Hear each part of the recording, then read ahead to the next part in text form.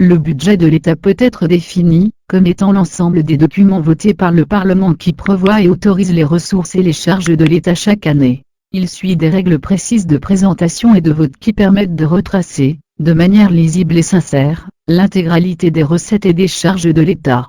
Le budget de l'État est prévu par la loi de finances. La structure actuelle du budget de l'État se compose de 3 éléments.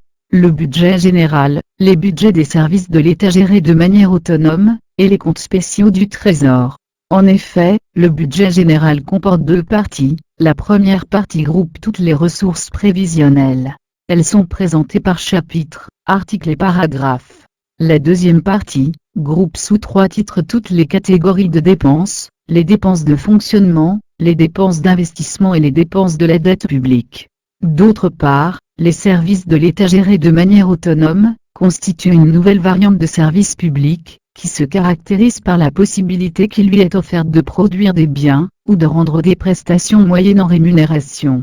Sans disposer de la personnalité morale, les SEGMA jouissent d'une autonomie de gestion, leur permettant de couvrir leurs charges au moyen de leurs propres recettes.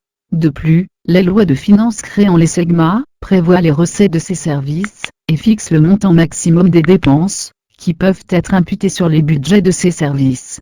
Ainsi, le budget de chaque SEGMA comporte 2 parties, l'une relative aux recettes et aux dépenses d'exploitation, et l'autre aux dépenses d'investissement et des ressources qui leur sont affectées.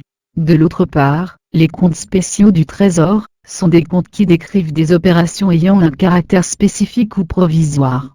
En outre, chaque compte spécial est présenté en ligne, des sous-rubriques sont prévues en cas de subdivision d'un compte spécial. Aussi, la rationalisation des CST se traduit essentiellement par la rigueur et la transparence qui entourent la création, la gestion et le nombre de ces CST.